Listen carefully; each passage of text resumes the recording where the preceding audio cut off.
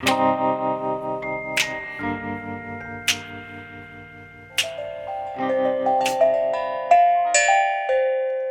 up, Instagram?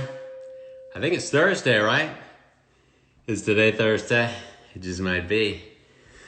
I'm very excited. I have some very fun people about to join me who I love. It's been a great week. What did we do this week? We talked to Julia Sharp on Monday. Who do we have on Tuesday? That's right, Jamie Kennedy. What a hilarious dude.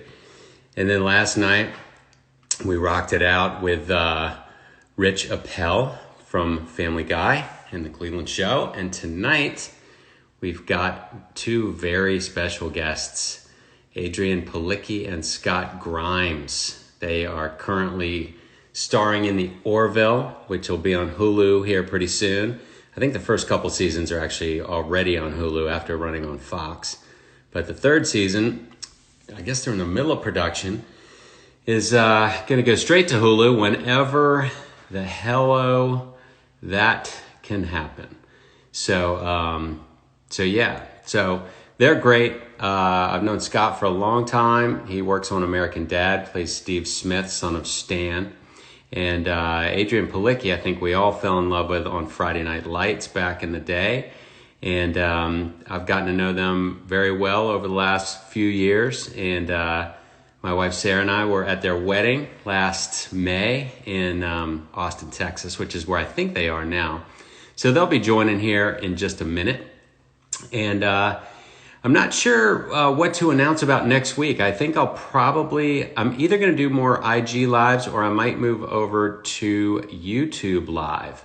I'm in the process of getting a nice channel up over there. I'm not sure if I'm going to be done in time to start the beginning of the week over there, but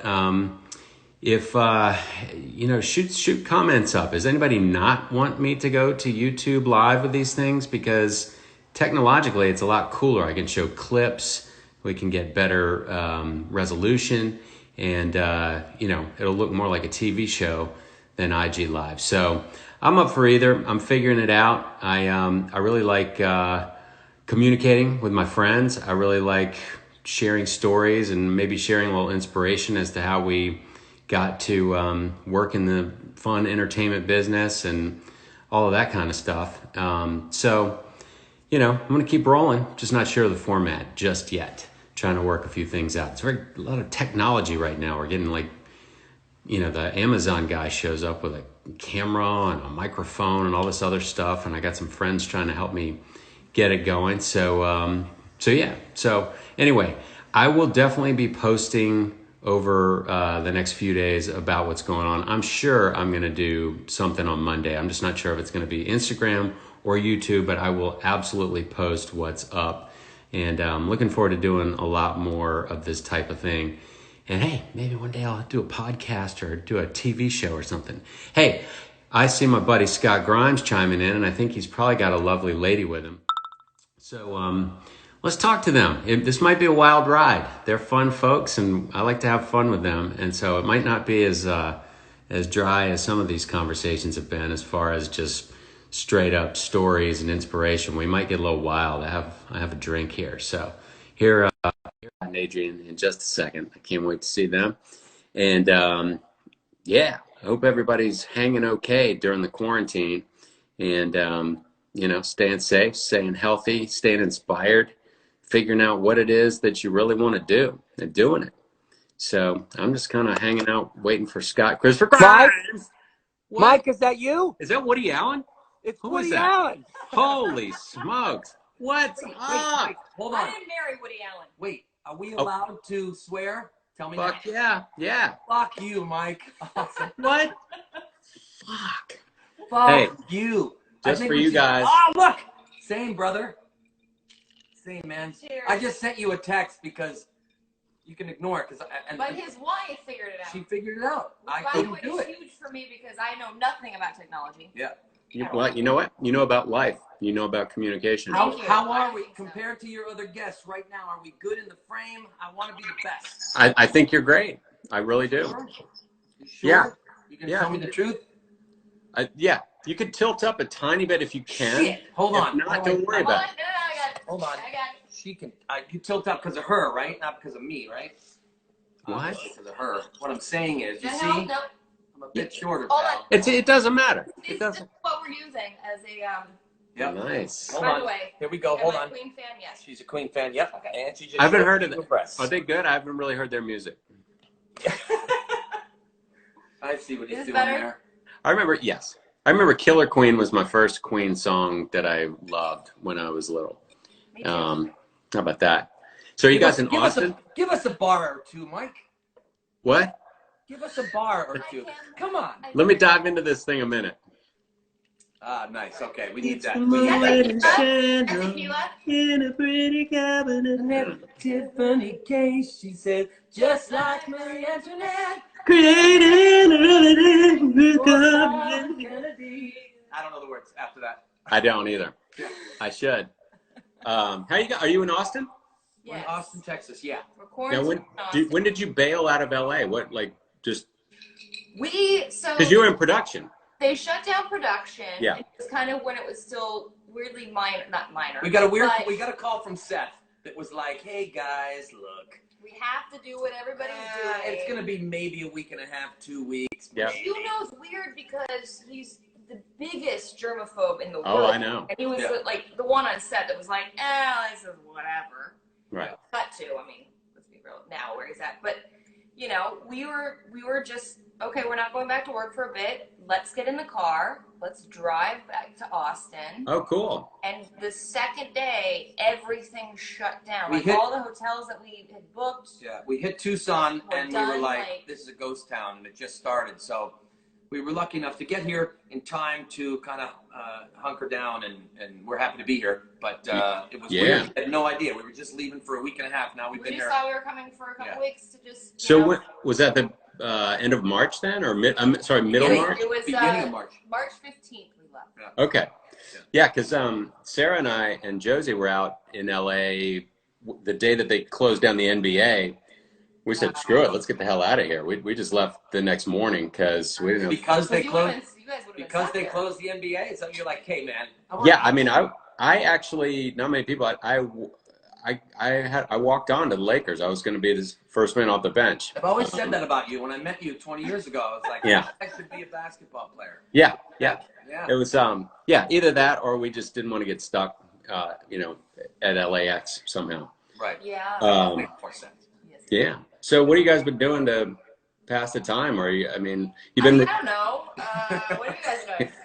so Weird, Scott, man. I know you and I have been doing something similar because I saw you post something about recording in your laundry room.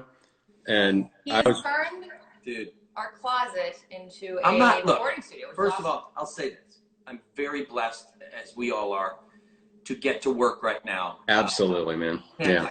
it has been, though, you probably had this set up anyway, given the fact that you live in Virginia. You didn't? No, well, there's a studio down the street. My buddies of 30 years have, and I just go there to record generally. But I did go ahead and buy that mic that they recommended, and I recorded Family Guy in Josie, my daughter's closet, last night. Yeah. So so that was my first. It I was- literally had a blanket. I had a blanket, and I had like a little Zoom recording device. Like it was ridiculous. Yeah. So I got to rig it up. I'm gonna. It took me a good week and a half, and a great guy named Jeremy, who I don't know, he works on. Jeremy Olsen. Yeah. Yeah. He was. Totally stealing that from you, by the way. His He name, was, everybody, is oh, yeah. Jeremy Olsen. He was the sound designer on the Cleveland show. So I worked with him for years. So you love him. You love him. Yeah, I love Jeremy. He literally I hate the word literally. I don't ever know if I use it correctly. He walked me Being through literal it about something is. on FaceTime while I'm pressing I bought all the equipment, and he set me up with a beautiful studio so that we're now able to, record our show. And I bow to him because he's an amazing human, as you know. Did you get the Vanguard V4 microphone? I didn't. I got a Neumann. How much was yours? What'd you pay? $400. Yeah, I paid a little bit more. Yeah. Not because I'm. Guys, they are working. That is nice. No, it's great. It is a miracle. It's a miracle. I wasn't trying to one up you. I was just saying this is the mic he told me to get. Now I'm pissed at him. Yeah, you should be. Take Right? it out on him. $400. Okay, so I was talking with Rich Appel. He was on last night, but I was talking with him on the phone the other day, and Family Guy literally, is in there. There's nothing that can't be produced. And I said, well, what about the orchestra? Because as you know, the shows are scored. They've figured that out. Walter Murphy has figured out how to have the 60 different people record and send all the tracks to him. Yeah. Well, how? That I know. They do it off sheet music. So each person is playing at their house and sending the track. And there's a click track, and they do it with the click, and he probably that's beautiful. Yeah, this is we're lucky to be in a virtual world. Yeah, where we of animation show, you know. Well, animation's cool as shit because, I mean, it literally, you know, when you shoot live action, if you're shooting on location or even on a stage, you have sound. Yeah. There's some sound that you capture. There's not, like, they have to you know, they do basically the vocal extras. They create, there's nothing that needs to be done anywhere other than on a computer, basically. Absolutely. But let me ask you a question. Yes. Does your daughter's closet have air conditioning in it? I don't know. Here's why. He can tell you a story about taking. Because it hums. I had the first time I did an American Dad thing with all the things and the blanket and I hang out my clothes, right? I bought these hooks online. I just hang up my clothes around me. Yeah. And then halfway through, I almost vomited because I was sweating so much that I took my pants off. Ah. Yeah. I sent you the picture. You remember? Hold on a second. Keep talking. That's an old bit that we do. Wait for me. At least wait for me. Well, so I'm talking with Scott Grimes, Adrienne Palicki, and thrilled to have you guys on. Do we have to take a commercial break, Mike? No, when people tune in, I mean, I'm the one that people won't recognize, but when people tune in, I just want to, I'll mention that every few minutes. So what I've been doing is actually fairly sincere. You know, we joke around all the time. That's what we do. Yeah. But you know, when this lockdown hit, it was just like, you know, there are a lot of things that I'm like peeling away. Like, I don't need to be doing this thing that I was doing before this. What am I waste some energy doing that for? And so I'm like getting down to what's important to me. And I wanted to communicate and be funny. So I busted out some wigs for a few days and posted some crazy stuff. And then I was like, and I do these college talks. I don't know if you realize that. I've been doing these things for like 10 years where I go and I talk about just try to encourage people to listen to that voice inside you that, you know, don't worry about what your parents want you to do or what your clique right now thinks you ought to do or the world, you know, don't be limited by the world that you know and the comfort that you have. If there's something more, if there's something inside you, freaking go for it. You know, figure it out and go for it. When I was 24, I had grown up in Virginia and I went to a conservative college, met great friends that are lifelong friends, worked at an ad agency for about a year, and I just did not give a flying fuck about what I was doing. And so I was just drinking and hanging out and having fun. But there was always this thing gnawing at me, like, go be funny, man. You're funny. Everybody, you know, I'd always cracked everybody up and emceed this and all this kind of stuff, but I never really pursued it. So finally, I just said, fuck it, and I quit my job. Actually, before I quit, and I wish I could show you these pictures, this ad agency I was working for, there was this campaign for this phone company. And on one side of the magazine page, it says, your business's phone system without our product. And it's like a handsaw. Right. And then over here on the other side of the page, there's a chainsaw with our product. Yeah. Oh. And so rowboat, motorboat, whatever. So I'm looking at these things just thinking, what the fuck? So I got the artist to draw, here is your phone, your company's phone system without our product. And they drew a hand like this. And then on the other side, it was like a naked lady spread eagle like with our product. And so I had him put it in the middle of, you know, so my boss is like looking through before the meeting. Oh, handsaw, chainsaw, rowboat, motorboat. And then he looks at that one and then just looks up at me and goes, are you sure you're in the right business? And I was like, no. And so I quit and I moved to LA and I literally didn't know anybody and just started doing stand-up. I took a workshop. I was doing a screenwriting class, some improv at the Groundlings. And 8 short years later, Family Guy happened. So I had some successes in between and I'd moved back to Virginia and shot some shorts with my brother, who was Seth's roommate at RISD. And I would go and act in my brother's films. And then I moved to New York. My brother went to film school. And so then I moved to New York. I was doing UCB and I wanted to be on SNL. And it was just hell. I was just going through hell. Like I wasn't booking anything. I was auditioning for all kinds of commercials and TV stuff and like booking nothing.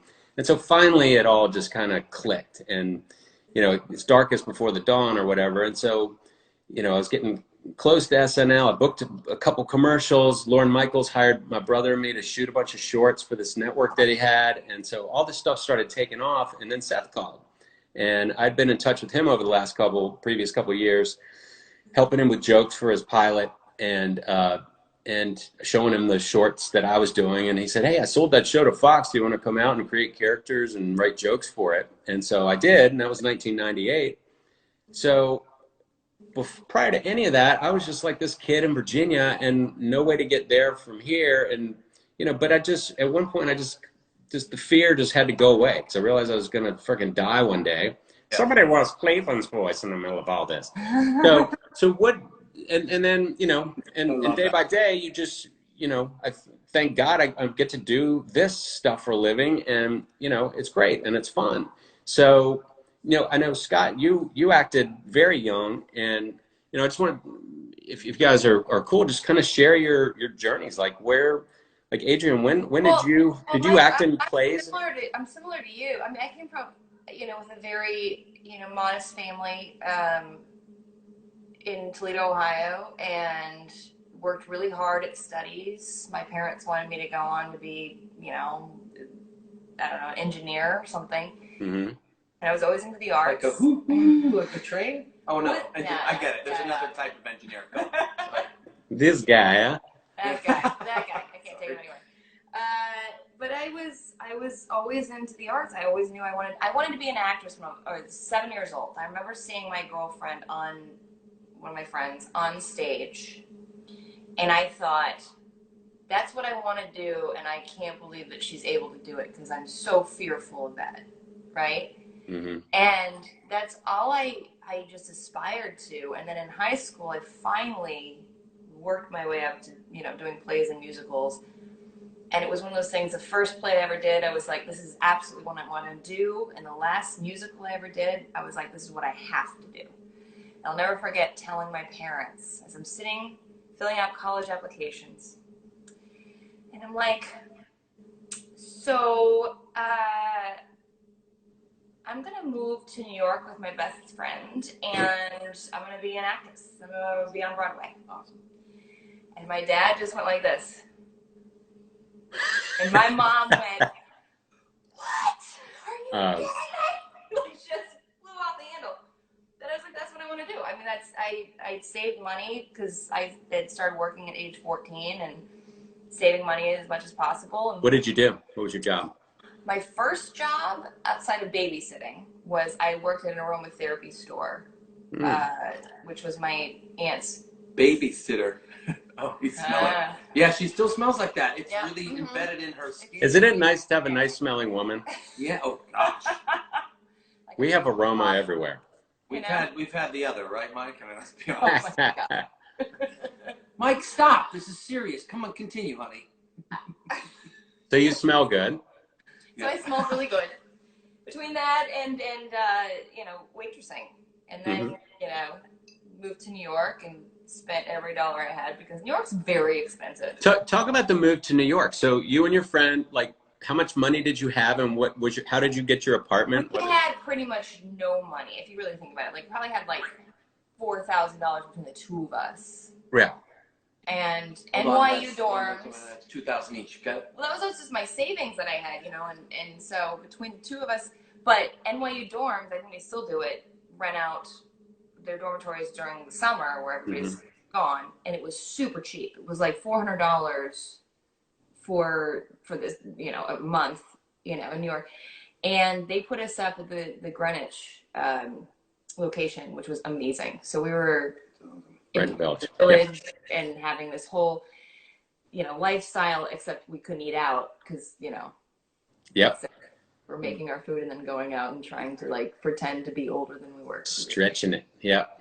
And I realized very quickly that, you know, people have been in New York for a long time trying to be on Broadway. And I'm like, I'm straight off the boat from Toledo, Ohio. And I'm like, I was in a couple plays once in high school. I'm obviously going to make it. Right. When I was there, I auditioned and I got a agent that I thought was in Los Angeles. It was in Costa Mesa, which for everybody who knows, it's not Los Angeles. Oh, relatively close. Yeah. But it got me out there. So my dad drove with me to California, and from there on, I worked a million jobs. Did you work in New York? Did you ever model, or were you just acting? Or I modeled, but okay. Not in New York. I modeled mainly in Los Angeles. Okay. And, which allowed me to pay my rent. So were you 18 when you moved to New York? Yes. And then how old were you when you moved to LA? 18. Okay, so you just I moved back really quickly. Okay. What about your friend? What'd your friend do? You know Katie, she's my sister. Oh, I thought you said your friend. I thought you said your I know, but you know. Your sister. I got it. Oh, okay. So did she move to LA too then? No, she moved. Well, she eventually did about 7 years. But not then. Okay. Yeah, she moved back to Ohio. And so, so you got this agent, and so did you start going out? Like, so when you hit LA, the logistics are all cool, like when you started working and all that. But what were you thinking? Like you drove in, or you flew into LA? How did you drove in? You said I drove in. My dad and I drove cross country. He stayed with me for a month. I didn't know anybody in Los Angeles. I barely knew my roommate. He was also from Toledo, Ohio. So, you know, he ended up becoming like my brother, which was awesome. But I didn't know anybody. So I just worked a bunch. My first job in Los Angeles was working at Togo's, which is ultimately like a Subway. Yeah. And it was a split seat, because it was a Togo's like Baskin Robbins. So I'd also make, you know, ice cream for people. And I just had a bunch of odd jobs until I got what I would call lucky. And well, you got to remember the drive on this person, and I know I've seen some of your past interviews, Mike. The drive on this human being is unlike anybody I've ever met in my life. So she knew the universe was going to, if she worked hard enough. I'm just telling you. I'm complimenting you because I moved to LA knowing that if I were 50 years old, still working as a waitress, I would be happy doing it because I was going toward the thing I knew I had to do. Yeah. There was nothing else in the world I wanted to do. Once you make that decision, you sleep at night. I mean, you're still anxious, and maybe you don't sleep every night, but you know you're on the right path. There's nothing worse than that undertow before you make that move. That undertow of just like, shit, this is not what I should be doing. You know? I never had a moment. What was what gigs? Was Friday Night Lights? Where did that happen in your chronology? I got a WB spot. I did Smallville. I did one episode of Smallville. And then I became like the WB darling, and this is before the CW. So this is a WB, like he still existed. And so I was in that, I was in Supernatural, and I was in a pilot called Lost in Space. I played Judy Robinson. Right. Get picked up. John Woo directed it, which was awesome. That's cool, man. Found a way to make, doves fly in space, which was origami. And then I got a UPN show called South Beach. With Beth Williams, Lee Thompson-Young, my friend Chris Johnson. Who I remember this. Yo, Chris Johnson. Yep. Yes. Yo, Chris Johnson, one of my best friends. And so Chris Johnson, about a year ago, I bought what I thought was this cool ass white down puffy light jacket. Oh God, I love it. At Ron Herman there on Melrose. So Sarah and I are walking down Melrose, and I hear somebody yelling at me, and then I get a text from Chris saying, "Are you walking down Melrose wearing an airbag?" And so I said, "Fuck it, I'm going to wear this jacket anyway." And so I still wear it. But anyway, he called me. You make take that slight fashion risk, and then it's just like. What did you text back? Did you say, "Yes, I am"? Did you agree to it? What did you do? I said, "Thanks for asking if I'm okay." And yeah. So anyway, all right. And for everybody who's watching, like Chris Johnson also played Cassius on the show. Yeah, he's on Orville. Played my love interest last season. Yep. Very handsome man. Very handsome, beautiful person. Good dude, man. Yeah, he is a great dude. And then after that, I moved back to Los Angeles, still not knowing what I was going to do. So I worked at the Magic Castle. Nice. And that's awesome. I didn't even know that till just now. No, I guess you did. You did. But about a month in, after that, I got Friday Night Lights, and my life changed. My life changed. Friday Night Lights literally changed everything in my life. So that was sweet. yeah. So, and what an ensemble. I mean, it was just sort of, everyone was pretty unknown at that point, right? The kids. The kids, for sure. I mean, Yeah. Connie and Kyle had worked. Well, of course, them, yeah. Well, but not as, it was kind of everybody's resurgence, like, or first. Yeah. Coming of age story. And like, the best friends that I have from that show, Connie Britton is one of still my best friends in the She was at your wedding, yeah. Yes, and it's amazing to see where people have gone from that show. And, yeah. I mean, I was always the girl in the fucking, well, I can say that. You can talk, in the yeah. bathing suit, and I went from being the girl in the bathing suit to being the girl that fucked everybody, but still had a heart of gold. That's a great progression. That's my hooker with a heart of gold. No, you are, yes, you do have a heart of gold, that's for sure. Yeah, Sarah and I, we honeymooned in Hawaii. I think it was our honeymoon trip, and we binged Friday Night Lights, the whole flight there and the whole flight back, and talked like Coach and Mrs. Taylor for the entire time we were there. Not bad, sure. not bad to talk like them, man. You call her Tammy, and she called you Eric. What's that? He's Eric and Tammy. Oh, look who did. Oh yeah. Yes. But let me tell you this, Mike. When we first met, I'm gonna tell you something. Here's what I'm gonna tell you. You understand? That's just basically that was his kid. That's really good. All right. That's really good. Oh my God, dude. Why don't you do that all the time? It's a way better you. All right. Yeah. I'll work on it. When we get my first airbag. Hold on. When we first met, you're starting a date, and your girlfriend says to you, "Hey, I'm really proud of this show. Can you watch 3 fucking seasons of a show?" And you're like, "Sure. I hope we have sex at the end of the night for each episode." Whatever. I'm not joking. That. No, you wanted to watch it because at that point everybody had come up to you and been like, "But my story's better." He said, she said. But I'm telling you, did you enjoy it? I'm not joking. It was. I haven't watched. I think I've seen The West Wing. I haven't really binge watched a bunch of shows. It was one of the best shows I've ever seen in my entire life, and it's a shame. Well, I just think they should do it again because she just did a reunion for it the other day with a bunch of people on Zoom. So that show was spectacular. Yes. Love that show. So that changed your life. And then, let's get Scotty caught up for a minute. So, oh God. So you were a kid actor and you were a singer. You were on Broadway, correct?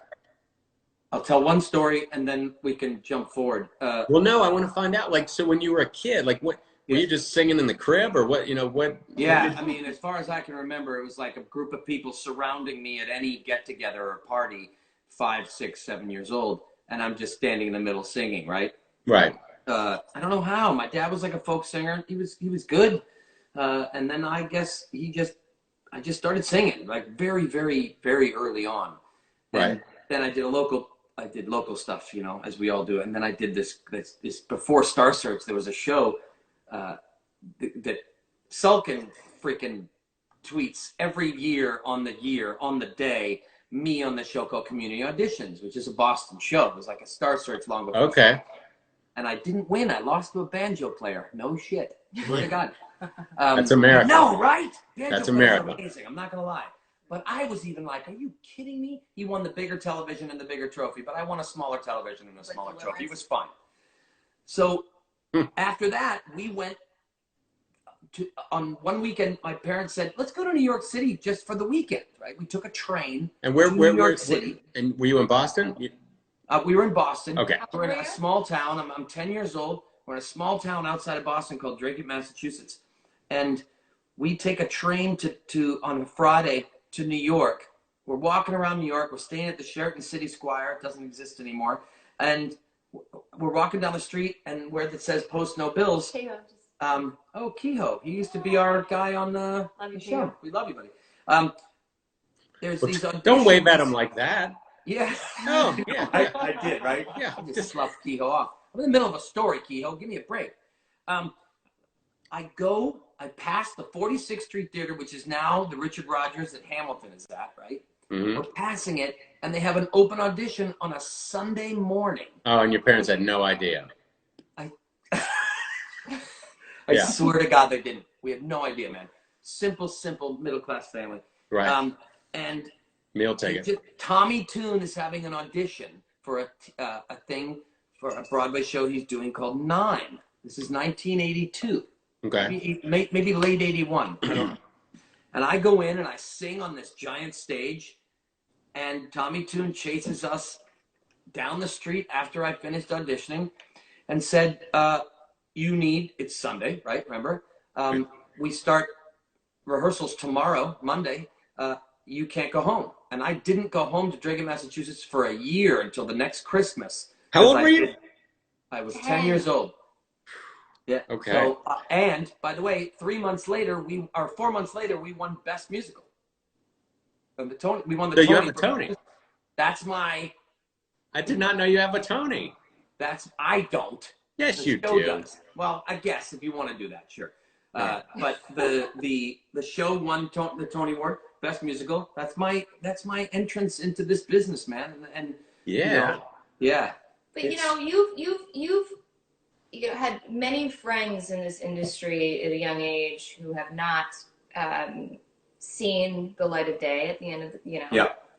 You had such beautiful parents and upbringing that still does. That allowed him to still, there's no part about you when I met you that was like, oh, that's a child actor, or that's somebody who's been in this industry for so long. You just still have this humbleness about you. Well, the thing is, and we were talking earlier, because we knew we were going to talk to you, Mike, and you had, said something in a text about the passion and the creativity and and we were talking out in the balcony, her and I, and what my parents taught me in those New York days, and what actually, by the way, Broadway taught me, because remember, Broadway is every night you're doing a show. Every Saturday you're doing 2 shows. And you're dark 1 day a week. Right. And the discipline and going home at 11:30 at night and getting up for school, right? That discipline that you do, by the way, at 10 years old, because you're having the time of your fucking life. Yeah. Really getting laid every night. Yeah. Just, 10 years old. At a very young age. It was like the circus, right? Right. I didn't even know what he was doing. No.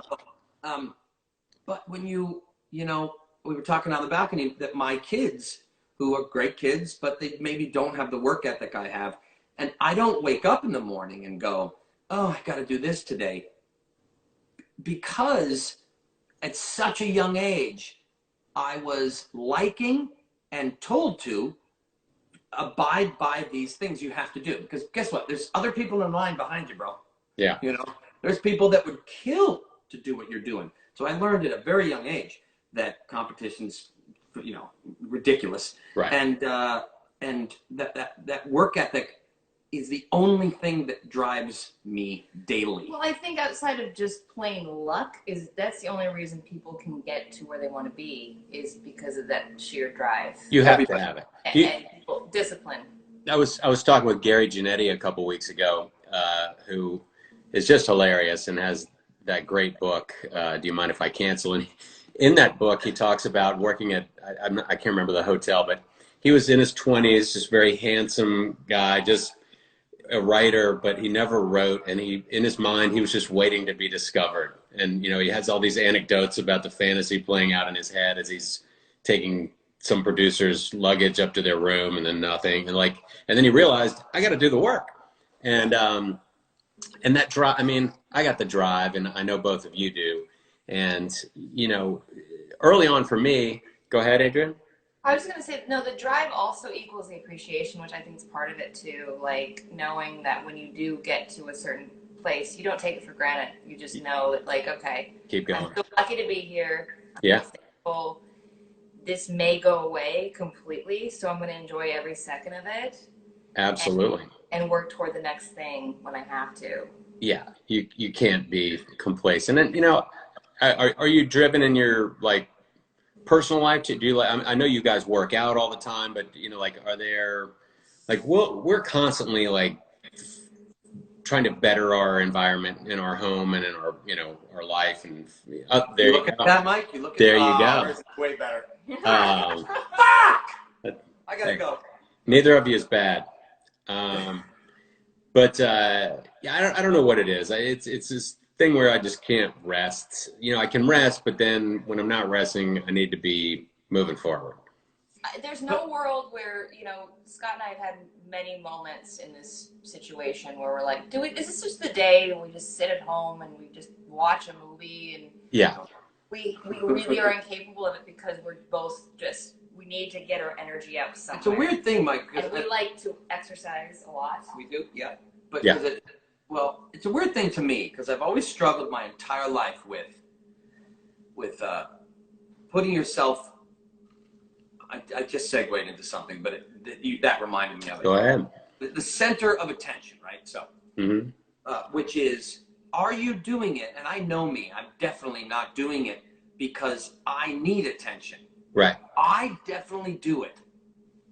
And this goes up when you wake up in the morning. What are you doing? What's your goal? I do it because since I was a young kid, if somebody else was happy about what I was doing, right? So let's say I was standing in the middle of that circle when I was 7 years old and singing for somebody. Yeah. I saw smiling faces that were genuine, that I was entertaining them. Yeah. So what is entertainment? I know I've had a couple drinks and I might be going off, but help me. Help me, please. I'm kidding. What is entertainment? Is it for yourself or is it for the people? And I know inside my very soul and heart that I'm doing it because I want to make other people happy. Yeah. And I love to see their happiness, but then that makes me happy. So help me with that one. Well, okay. Also asking just about our daily life, like how do we? He's working himself up. You're making me happy. I'm making a joke. You're saying I just got off topic. No, you didn't at all. Because you're absolutely right. Is that you didn't. We love to entertain people, but we don't have that luxury. I don't know about you guys, but I don't have control over anything because obviously I'm very aware of that. Like I have control over nothing. As an actress. Just in general, or in the world. Basis, like I mean, you know, anything can happen to somebody. And, you know, the one thing I feel like I have control over at this point in my life is Scott. God, yes, it's absolutely true, you man. took the words right out of my mouth. Yeah. But it's my body, and so I'm your body. Oh no, yeah, you're my body. I got it. You are my body. But you guys knew what I was getting at, right? Yes. I've struggled my whole life with why do you entertain people? Why do you do something creative? I am absolutely at that crossroads right now in trying to figure out, do I want to take this kind of thing to the next level or do I want to take, you know, why am I doing this? I was talking with a friend of mine, like, why am I doing this thing? And he was challenging me, what's the end game? What do you want to do? And I think it's that. I mean, I want to make people happy. I like people and I love making people laugh and that's the best. And by the way, if you make people laugh, I learned this very recently, about 5 years ago. I figured out if you make people laugh, Mike, and that in turn makes you happy. Yeah, that's okay. Oh, absolutely. Why not?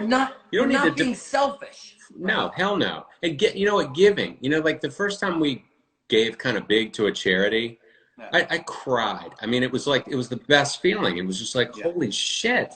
You know, like I didn't even. You know, I was kind of nervous, like, what do we did, and it was just like, holy shit. So, yes, like giving, I completely understand your sentiment of just wanting to please, not necessarily please, but to make people happy, you know? And but then you got to draw your own line, like, all right, how far am I going to go for other, you know, you got to figure out that balance. But I understand continuing to perform and looking for new avenues to perform, to write, to sing, to be funny, you know, whatever. Is just, I don't know, that's the drive, really. Especially if you're good at it. If you're shit at it, then just stop. Yeah, nobody wants to hear that shit. Right? Nobody wants to hear that shit. Nobody wants to hear these untalented fucks. So talk about the Orville. I mean, how did you guys? Because I know there are a number of Orville fans watching tonight. So how did you guys audition? Now, Adrienne, I knew you were friends with Seth before that, and Scott, obviously you have a great relationship with Seth through American Dad. Did he sort of write these parts with you guys in mind? I think I wouldn't be surprised if he did. I can't take those words out of his mouth, but it definitely, you know, met with him about it, and you know, that was alluded to, and you know, I don't know, just a privilege to be on the show for so many reasons. A, I got to meet you. B, him. I'm second in that. No, but you know, I known Seth for like 10 years, and I'll tell you something. I read that script and I said, what a great challenge, because going into something where you're already hated is something it's really a difficult. Yeah, we were talking about that tonight. Like, what a strong. I cheated on him in the pilot. Yeah. Like, how do you come back from that? You know what I mean? Yeah, that's funny. But the way that he wrote Kelly was actually kind of beautiful at the end of it. She comes back and she saves the day. And oh, spoiler. I'm just kidding. I'm totally kidding. These assholes have not watched. I'm totally kidding. Assholes. I'm not kidding. Actually, you should watch Orville. Yeah. But yeah, it was just one of those things. It was one of the hardest things to kind of take on at a time. So. Well, you're crushing it. Well, thanks. You light up the screen, and I mean, I'm not even kidding. You totally light up the screen. And well, I got to be the first scene that you were in that show. And the elevator, yeah. That was amazing. Thank God she was in that, because you needed some time to get that going. No, boy, you were great. And Scott, you are the consummate pro. Actually, both of you are. I don't think I've ever seen. You know, I've been on the set a good amount, you know, playing Dan. I have never seen you guys even mess up a take, honestly. You guys are so prepared. And, you know, you always hear like, oh, such and such is a pro or whatever. You guys are fucking pros. I mean. Well, that comes back, Mike. It's weird. That work. Back to what we were talking the drive. With. It's not even it's weird. Like, I've woken up many mornings in any job that you have, whether it was anything else besides Orville. I have to be prepared, not even for myself, but for the crew, for the other actors, because my job. Everybody can get the hell out of those fucking people that work harder than me home early. Yeah. Half these people live an hour plus away, and they're there before us, and they're there after us. Yeah. And how dare I show up not knowing my shit? Also, I'm not going to be a martyr. I also don't like to be embarrassed. Right. I hate being embarrassed. I don't want to sit there and be embarrassed and not know my lines. Right. I also want to be the best that I can be, because my thing is, as an actor, is if I'm not prepared with the lines, I can't then have fun within them. Right. I'm just struggling. Then you're not an actor. Then you're just struggling. I'm struggling to learn. Right. The lines are sort of the scaffolding that you got to build on. Yeah. But the greatest thing about Orville for me was the fact that, you know, years in the making, I'd be at a party for, you know, Family Guy Christmas party, right? Years before Orville was ever, and Seth would sit there, his obligatory showing up at those, you know what I'm talking about. Right. He, you know, he's a lovely man, but he didn't want to be at all those parties. And I'd have a drink, and he'd go, hey, Scott, I'm thinking of this show. Would you be interested in going back to television? Which I find hilarious, because, like, I did one movie after a TV show I did, and now I think, would you be willing to go back? Yes, of course. I'll do whatever. Right. And a year later, same Christmas party, he's like, hey, man, I'm still thinking of doing this show. Are you still interested? I'm like, yeah, I'm still interested. The point of my story is, when he called me and said, I wrote this part. I'd love you to be in it, but you have to audition, which I also respect, because, like, there are other people that need to say yes, that you know, they want to have to say yes. Right. Wanna, you know. Right. Yeah. And I got to audition with Seth, which was brilliant, right? Because you know, hanging with him, when you guys get on a stage and a microphone, things just happen, you know. Yeah, it's magic. And then at the same time, I got to Jay Lee was auditioning. So after my audition, which I felt beautiful about, by the way, I was the only one for Gordon, so I felt good about that. Yeah, your odds were pretty good. Boost the confidence, right? Yeah. He said, Scott, will you come in and do an improv scene with Jay Lee? Right. So I also felt like, okay, cool. I'm in. This is either going to kill one of us or make or break the thing. So the process of that was, thank God that Seth allowed that, because I think it really helped. So Yeah. it's a big part of us all being.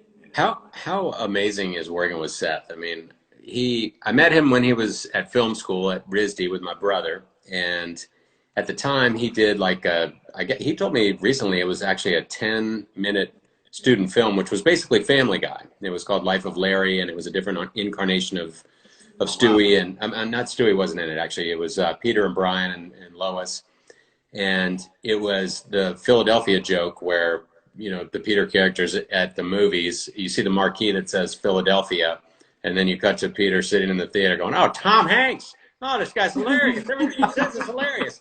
Then you cut to the screen, he's like, "I have AIDS," and he's like, "Ah!" just like laughing, and it's just. I'm not laughing at that. No, and that's the thing. You're not laughing at the pain. You're laughing at the idiot. You. Yeah, you're laughing at the idiot. And it was so funny, and his teachers were just like, "You can't do this," and he did. And so a couple of years later, when I came out to work on Family Guy, I had never written anything longer than a 5-minute sketch. And fortunately, that sort of fit into the DNA of Family Guy with all the cutaways and TV gags and all that. And he wanted me to come and create characters. But just sitting in that room with him and, a bunch of very talented writers around him, just watching him drive this ship and find the way through this was just amazing. And he just elevates your game, because we're all pitching stuff and half the people think it's hilarious. And he's just like, and then somebody says something and yes. And he's just, the bar is so high with him. That's the weird thing, though, that you'll understand, because as actors too, and you more than anybody, because you've been in those writing rooms, which by the way, don't understand how scary that can be. It's awesome. But it's you never brutal. know. You could come up in your head with the greatest idea, and then he doesn't react to it, and then you come up with what you think, because I've come up with idiotic shit on Orville, and he's like, I know. Wait a minute, that's good. You just never know. Right. Yeah. Right? No, yeah. No, you gotta just do it. And you just gotta do it. And you gotta forget, you can't worry about failing after whatever. I had a good friend of mine, Derek Holland, is a baseball player, and this guy, he'll go out and give up a home run in the first inning, and at that point I'd be like, oh fuck, and then he'll just stay in there, won't give up any more runs for 7 innings. You can't. Yeah, exactly. You gotta just keep going, keep throwing strikes, so to speak. And but he is, he's just so fucking funny. I just don't know anyone close to his talent, which has made him what he is. And he also he knows to hire certain people that he trusts. So if you do something that he doesn't see outside the box a lot, because he has this blinders on to what is great, which is why he's famous as he is. But when you are in that little pocket and you do something, and he's like, "Oh, I didn't see that. Yeah, I love that." Yeah. The feeling that goes through you, exactly. It's like when you, me, like when you're trying to get a hold of him, you're like, that motherfucker hasn't called me back in 3 weeks, and then you finally get him, and it's like, oh God, yes, thank you, oh God, totally forgive you. I totally. Yeah, oh yeah. But Mike, I feel this way about you as well, and a couple other people in my life. I call you back. No, I don't mean that. I've moved on. If I make you laugh, if I make Seth laugh, if I make you laugh, it makes my fucking day. Oh, I feel like I've made it if I make Mike Henry laugh. You make me feel funny, both of you guys, because we've hung out a lot. What does that mean? No, you make me feel funny. You laugh at my dumb shit. And dude, your shit. First of all, your shit when you were promoting this, which is who will she choose? Who will she choose? The first time I met him, though, he was doing some weird shit. He was sending, in full on. He was the damn. Yes. Yeah. And he was like, and I think it was actually Seth who was like, show that to Adrienne. And you're like, I don't know if I should show this to Adrienne. Right. I was like, no. I'm like, that's Tara from Friday Night Live. And I literally was crying laughing at the ridiculous thing that you're about to send somebody. Right. My favorite. So gross. And I think that's what I do with friends. I think that you're like, okay, she's cool. Yeah. You know what? My favorite thing. Wait, Mike, hold on. I gotta say this. My favorite thing that you ever did. No, one of my favorite things you ever did, because you make me laugh all the time, is you're in the Dan makeup, right? That horrible makeup. I know. Big mushroom head with spots all over it. 2 hours of fucking Yeah. And the face recognition on the Apple phone, the iPhone, had just come out. Right. And you were, I don't know how long you were standing there, but you needed an audience, and I just happened to walk up. You could have been standing there for 10 minutes because I know you. And you are standing there on the iPhone going, why isn't this recognized? Because you're in your face. Come on. I lost my shit. I'm like, that's some funny shit. That is some funny shit, man. Thank you, Scott. You know, You're welcome. I'm going to tell you the smartest thing that I didn't do. Okay, in the Me Too everything era, I was in the makeup trailer, and I'd been in for a few days in a row, and I was getting that big old head on and the face painted with the spots all over it, and painted my hands. And I was talking to the makeup artist, and we had it planned where I was going to go buy a dildo, and he was going to paint it like it with like Dan's head, like just with spots on it. Yeah. And I was going to have it like pull it out of my pants like on set. And I would have been banished from working anywhere ever again in this day and age. No. It would have been worth it though. Maybe. But when we first met, Mike, here's a story you won't know, and this probably doesn't have an ending to it. Right before we met, about a couple weeks, like right when I was getting cast as American Dad, because I guess we probably met after that, right? Yeah. Because then you were doing stuff for American Dad as well. I auditioned for Klaus, and they took me to Network. I was going to play Klaus as a very street sort of Eddie Murphy Trading Places black character, and the Network didn't want me to do that. This was while you were doing, obviously. Well, Cleveland's a well-rounded character. This was more of like a shouting Eddie Murphy Trading Places was what I was imitating. Anyway, so we met when you started American Dad. Way before then, Seth and I were friends through. Did I ever tell you that story? Oh, I'll tell you another time. No, but I remember meeting you through Kim Furtman. Yes. Okay. So and Kim was Seth's assistant, I grew up with Kim in New York City, and that's how I know Seth. But what was I talking about? I don't know. But wait. Oh, long before this, Dan's penis. I went out on a date with this girl when I was younger, and I told her as a complete lie that I was the voice of the deaf guy on Family Guy. Oh, nice. Thank you. No. I lied completely. I know. And by the way, I can't even. By the way, I can't. We the deaf guy. Yes. Of course you do. I lied. But I can't even. Like, I think I did. Like, I can't do it. You're never gonna catch me. Yeah. Do it. You're never gonna catch me. Forget about it. Go do something else. Be on that wheel. For some odd reason, on a date, I said, because I thought it would make me cooler, that I was hoping to get laid. No. He didn't, or he did. He was already greased up. Yeah. Yeah. And then I met you, and I had to not hang out with that girl anymore because I'm like, well, now I know Mike Henry. I can't get called out on this bullshit. All right. And we never really hung out, but I just want to let you know that I lied about that for about 4 months. You know what? I was dating this girl, and I told her that I was the handsome redhead in Band of Brothers. Yeah. And I told her you were Damian Lewis. Yeah. I said that I was on ER, but I called it emergency room. Yes. Yeah. Of course. How long were you on ER? How many years? 8. Wow. Was it 8? Holy shit. You I must wrote be the show rich. for 2 years. Huh? Did 2 years of just like, they were gonna, I was supposed to do 3 episodes, and then they were gonna fire me. Okay. And then they said, no, we're keeping him on. We're gonna kill him in a helicopter accident. Oh, good.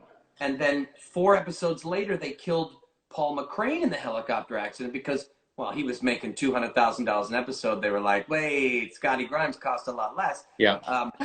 And he also has red hair. So I stayed on the show for 2 years. And then after the second year, they called me up in the summertime and said, we want to make you a regular. Even though all my agents and my manager said, don't count on it, man. ER does not do this. And I stuck to the show because I loved working on it. That's a great thing there. Like, they're like, go off and do other things. I'm like, no, I really want to wait around for their call. And I did, and it really worked out. And I ended up having the last line on ER. I'm triaging a big emergency that happens, and they pull out of the ambulance bay. Hey, they pulled out the ambulance bay, and it was open your mouth. And it was, right? yep, open your mouth, ma'am. Okay. This will not hurt a bit. I think that was the line. No. Yep. What was the line? Yeah. I don't remember the actual line. It's a triage line. Like you built it up. You take this ambulance. You do the thing. I don't remember it. Yeah. It was all right. the thing. Yeah. It was pretty. It was pretty rad, man. It was a great time. So Scott, you've always worked. Have you ever had another job? I quit acting at 17 years old to go and play professional hockey in Canada, and got my fucking ass handed to me, and immediately came back and went. But the great thing is that year that I took off, I have a ton of friends that I grew up with that either died or quit, right? They're like, I can't do that transition between child actor and adult actor, right? And I just happened to, one, have a beautiful family that I didn't get into drugs or anything like that. God bless everybody that did and lost their lives, whatever. But I also quit for this year because I really wanted to be a hockey player. I really wanted to play professional hockey. Yeah. So that year. And you had to do that. I had to. And my hair kind of grew in places and my nose got bigger and things happened. And all of a sudden I came back, auditioned for this show with Brian Dennehy called Birdland, got it. And that, it's one thing to the other. And I'll make this quick. Birdland got me to Party of Five, same writers. Party of Five got me to Band of Brothers, same casting director. Band of Brothers got me ER because John Wells watched it. So it's like this thing that happened in my life that I'm like, shit, this is awesome, you know? You're blessed, dude. I really am, man. I really am. I met some really kind and beautiful people that remember you, right? Yeah. Remember that they like to work with you. Yeah. Who's that? Go ahead. What you got? Every time she speaks, by the way, hearts go up the side. And when I speak, nothing. Like this goes up. Yeah. You get this. Right. We do. Like, come on, let her talk. Yeah. Shit. Just so you know, this thing is going to cut us off in 4 minutes, unfortunately. Oh. Well, loving you and loving all the fan base, and this is such a great thing that you're doing. Oh, it's just seriously. I did read a lot about what a great interviewer you were, because I'm so nervous that we have to kind of control it. You're beautiful, my friend. Thanks, buddy. It's a conversation. Look at the she's last talking. 2 days, look at all the hearts that she talks. He asked me 5 times. He's like, "What do you think? What do you think's gonna happen? I mean, what are we gonna do?" I was like, "Mike's he's hosting it. It's gonna be fine." I was so afraid of Mike Henry. I was so afraid of Mike Henry. I'd run through him in the hallways. Thank God for Orville, because that's where we started a really true friendship. Because I run into you, brother, at American Dad and Family Guy, and I was so intimidated by your just you. You were brilliant and you were funny. And I always thought that I would run into you. I'm like, I'm saying the wrong thing every time I see him. Masturbated to you in the beginning of our relationship. And I'm like, does he know that last night? Keep talking. He still does it sometimes. He doesn't tell me, but I know what he's doing. All right. I'm like, hey, I'm masturbating. It's pretty good, right? Right. No, be honest. I'm never gonna come. I don't know. Just my son. Before we get cut off. My son said to me, and I bet you get this all the time. My son's like, Dad, my friend can do Steve Smith from American Dad better than you. I'm like, listen, motherfucker. Right. Wait, what are you talking about? He's like, no, he's going to do it. He can do it better than you. I'm like, he can't do it better than me. Right. I do Steve Smith. There you go. There you go. Do people do that for you? Oh, hey, Steve, it's Cleveland. Hey, Cleveland. Oh, wait, I just did Cleveland. Hey, Cleveland, this is Steve Smith. How are you, fucker? Oh, that's something I need to tell you. I am your father. Ah! That's a few drinks in improv cartoon. That was great. Say your thing. I know we're going to get cut off, so say your thing. Well, all I'm going to say is I fucking love both of you guys. I think you're awesome. It meant so much for Sarah and me. Sarah says hello. She's doing a mask right now. Love you, Sarah. We love her. Yes. Thank you. Say that again. Say hi to Sarah, Josie, and Jack. Sarah, Josie, and Jack, we love you and we miss you. Awesome. Josie, let's FaceTime. We miss your face. Josie talks about how the time at the bar when you pretended to put soy sauce in her water. And she talks about that often. She loves that. So, I'm happy to do it again. Ollie has never loved a child except for that beautiful. Well, you guys are amazing talents and amazing people. I love you guys. And then as far as just general announcements here, I'm not sure if I'm doing Instagram Live or YouTube Live next week, but I will post some stuff. And I'd love to do this again. Yes, Keep going, we love man. that too. Keep going. You're kicking ass, brother. Cool. I appreciate it. Well, y'all stay healthy, stay safe, stay happy, and stay beautiful. Yes, you too. Love you, buddy. Go love you guys. yourself, Mike. Take care. Bye. Bye.